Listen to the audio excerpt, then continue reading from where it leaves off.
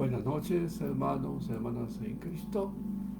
El día de hoy, 28 de abril de 2024, una vez más para compartir la hermosa palabra de Yahweh.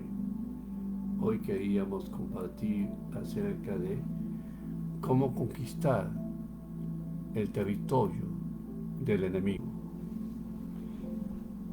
En otras palabras, cómo poseer un territorio para Cristo. Estuve compartiendo con hermanos acerca del evangelismo y me dijeron que iban a evangelizar un hermano aquí en Miami, iban a evangelizar cierta zona y yo les compartí de mis experiencias de cómo antes de ir a ministrar o evangelizar hay que atar primero al hombre fuerte, ¿no? Siguiendo varios pasos. Es a través de la intercesión. El intercesor se pone en la brecha prácticamente para enfrentarse contra espíritus, contra huestes espirituales de maldad que están en las regiones celestes. El intercesor está vestido de la armadura de Dios, porque tú no vas a ir a la guerra sin armadura. Si en la Segunda Guerra Mundial los soldados americanos van solamente con las manos vacías y solamente con sus propias fuerzas, sin armas, ¿cómo van a vencer al enemigo? Hubieran sido destruidos. Tuvieron que ponerse su uniforme y armarse de un buen armamento, fusiles, bombas, granadas, etc. Tenemos que estar con la armadura de Dios y tiene que saber que la armadura de Dios tiene que ver con la gloria de Cristo que está en nosotros. La armadura de Dios es de Dios, por lo tanto, es Cristo en nosotros, la esperanza de gloria, el que nos cubre. Estamos en Cristo. Esa es nuestra armadura. No voy a mencionar las partes de la armadura porque usted tiene que saber ya. El que va a hacer el evangelismo tiene que saber. No se puede mandar novatos a evangelizar. No se puede mandar gente ignorante acerca de lo que el creyente tiene que tener conciencia de que quién es en Cristo, la autoridad que tiene en Cristo. La armadura tiene que ver con eso, conciencia de quién eres, del poder que tú tienes en Cristo Jesús. No tiene que haber una parte abierta que no esté protegido por la armadura.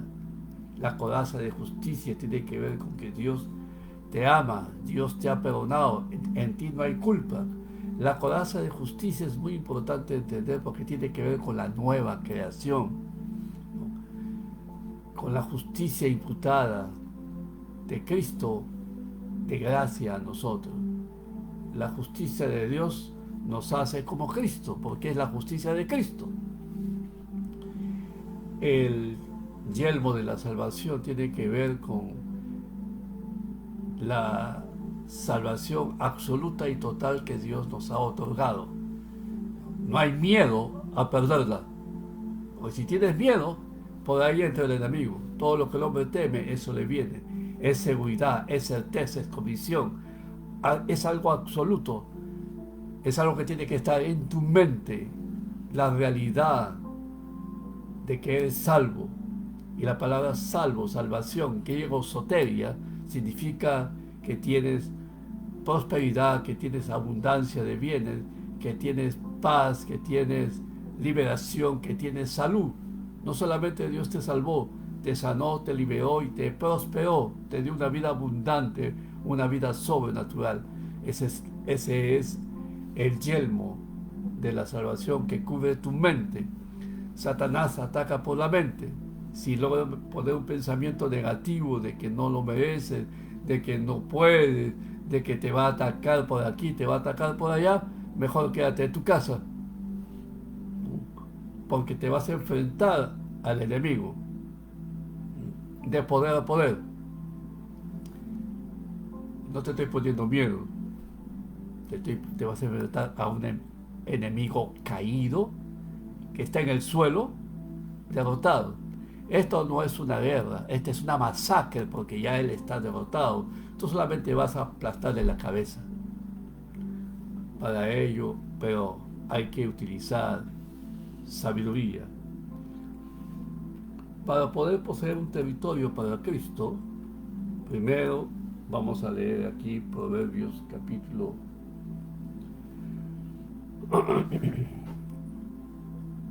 11, 14, donde no hay dirección sabia, caerá el pueblo, mas en la multitud de consejeros está la victoria. Eso es lo que dice el Señor. Donde no hay dirección sabia, caerá el pueblo, mas en la multitud de consejeros está la victoria. Proverbios 11:14. Y después dice, con ingenio harás la guerra. Y donde hay consejeros, multitud de consejeros, hay victoria, hay seguridad. Con ingenio harás la guerra, o sea, con estrategia de guerra y con consejería. Hay del que está solo, ¿no? Tiene que ser en equipo. Yo conozco muchos llaneros solitarios evangelizando y el resultado nunca ha sido bueno, porque hay del solo, hay de que no anda en el consejo. Vamos a ver aquí, cuando uno va a ir a evangelizar un estado, un pueblo, un hospital, por ejemplo, porque mi hermano Oscar Guillén iba a evangelizar, creo que un hospital, un territorio. Primer paso que hay que hacer, se pide una cubierta de ángeles, ¿no? Para que los demonios no pidan refuerzos, porque los demonios, cuando tú vas a ministrar y evangelizar, ellos piden refuerzos. Nuestra lucha no es contra carne ni sangre, nuestra lucha es contra espíritus invisibles en los lugares celestiales. Cuando tú pides refuerzo, ángeles del Señor, una cobertura angelical arriba, una cobertura angelical alrededor y una cobertura angelical debajo de nosotros, porque hay espíritus del abismo que vienen debajo y suben para atacar e impedir la salvación de las almas.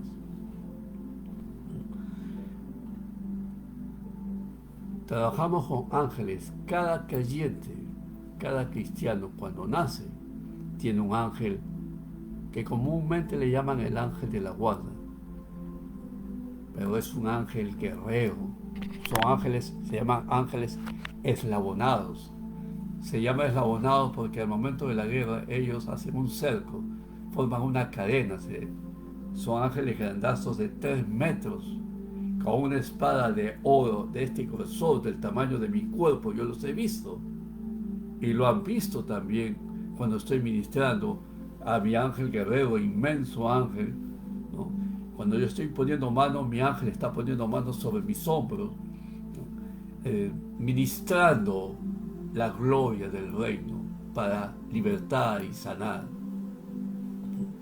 Se llaman ángeles eslabonados. Son poderosos en fortalezas. Ellos ejecutan la palabra de Dios. Por eso tú tienes que ministrar la palabra de Dios con confianza, con certeza, con convicción. Los ángeles se activan por medio de la palabra de Dios, dicha con fe, creyendo en el corazón. Ellos son los ejecutores de la palabra. Y ellos son los que te dan una cubierta angelical Por eso la Biblia dice que somos más que vencedores por medio de Cristo Jesús. Se pide la cubierta de ángeles para que puedan salir a evangelizar, ¿no? Y cuando se llega al territorio que se va a evangelizar, puede ser una casa, puede ser un hospital, puede ser la cárcel, puede ser un pueblo, el lugar donde ustedes vayan a ir. Primero, se hace intersección por las personas que ocupan la casa, el hospital o el lugar que se va a evangelizar. Ustedes ya saben cuál es el lugar que se va a evangelizar. Se hace intersección por estas personas que viven en ese lugar o trabajan en ese lugar. Se pide perdón por el pecado de ellos. Ellos han tenido muchos pecados, pueden ser ocultismo, robos, hurtos, abortos. Esos pecados que las personas cometen desatan a los espíritus inmundos. El pecado le da derecho legal a los demonios, a Satanás, para destruir, para enfermar, para matar, para robar. Entonces se hace una intersección como Daniel, cuando él intercedió por Jerusalén. Él pidió perdón por el pecado de Jerusalén, por el pecado de los príncipes, de los sacerdotes. Y aquí se pide perdón por el pecado de las personas que viven y trabajan en ese lugar. Se pide perdón por el pecado de ellos y pidiendo que la sangre de Cristo que se derramó en la cruz los perdone y les dé favor o una oportunidad para que reciban a Cristo. Eso le quita el derecho legal a los demonios para gobernar y tener control de sus vidas. Efesios capítulo 2, verso 1 al 3 nos dice que los demonios controlan las mentes de los impíos y les obligan a hacer lo que los demonios quieren. Yo antes de Cristo estaba gobernado por espíritus inmundos. Quería obedecer a mi mamá, a mi madre, pero en lugar de eso era rebelde con ella y la hacía llorar. Yo no quería hacerlo, pero había algo dentro de mí que me hacía enojar a mi mamá y le hice la vida muy difícil a ella. Cuando ella murió fue donde yo decidí buscar al Señor, porque si no lo buscaba yo iba a morir ese día por todas las cosas que había hecho. Pero estos espíritus son los que gobiernan aquí, la mente.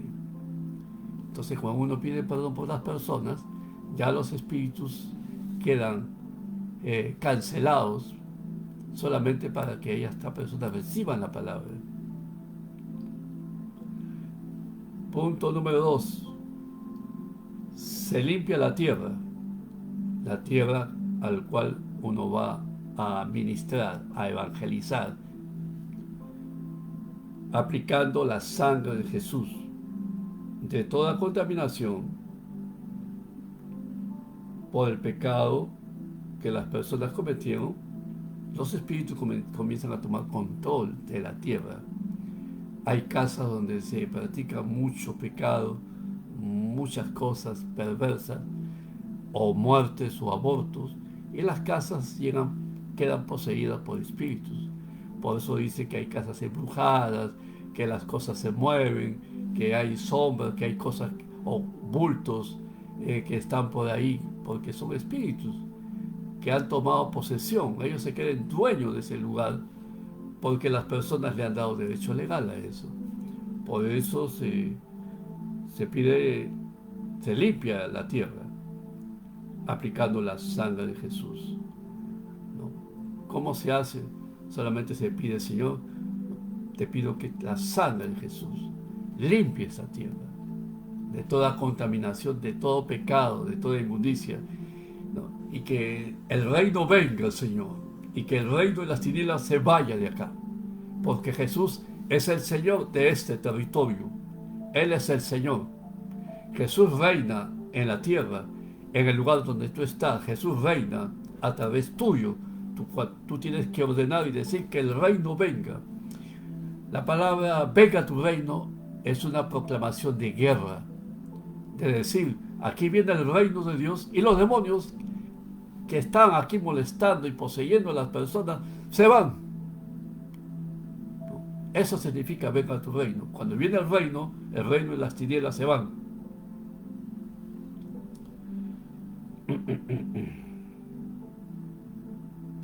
Entonces los demonios pierden el derecho legal de estar en ese lugar. Tienen que irse. Así es sencillo. Tú no peleas, tú solamente estás dando órdenes, estás dando decretos. Eso de estar peleando con el enemigo, no. ¿Cómo vas a pelear con alguien que está muerto, destruido? Lo único que tienes que hacer es darle el tiro de gracia y desaparecerlo. La guerra espiritual no existe. La única guerra que hay es aquí en la mente. Si tú ganas esta batalla en tu mente, ya tienes la guerra ganada afuera. ¿Por qué? Porque Cristo ya la ganó. Tú solamente vas a poseer ese territorio para Cristo con la fuerza del Señor, por la gracia de Dios. ¿Qué significa la gracia de Dios? Que nosotros, gente débil, gente incompetente, por la gracia echamos fuera demonios, limpiamos la tierra de demonios y las personas son libradas, las almas son salvadas por el poder de Dios que está en nosotros. Se llama gracia. La gracia es, tienes que saber que tú tienes el poder de Jesús. Tú eres como Jesús, tienes la autoridad de Jesús. Esa es gracia, favor y merecido. Bajo la ley, tú te esfuerzas. Quieres ser un buen cristiano, quieres tener poder, quieres sentir. Bajo la ley te esfuerzas. Bajo la ley tengo que merecerlo, tengo que ser digno. Nadie puede merecerlo. Nadie va a ser digno por sus fuerzas. Pero por la gracia sí lo somos. Tenemos poder, tenemos autoridad. Bajo la gracia es algo que el Señor nos los da gratis. Y yo tengo que tomar ese poder gratis. Continuará.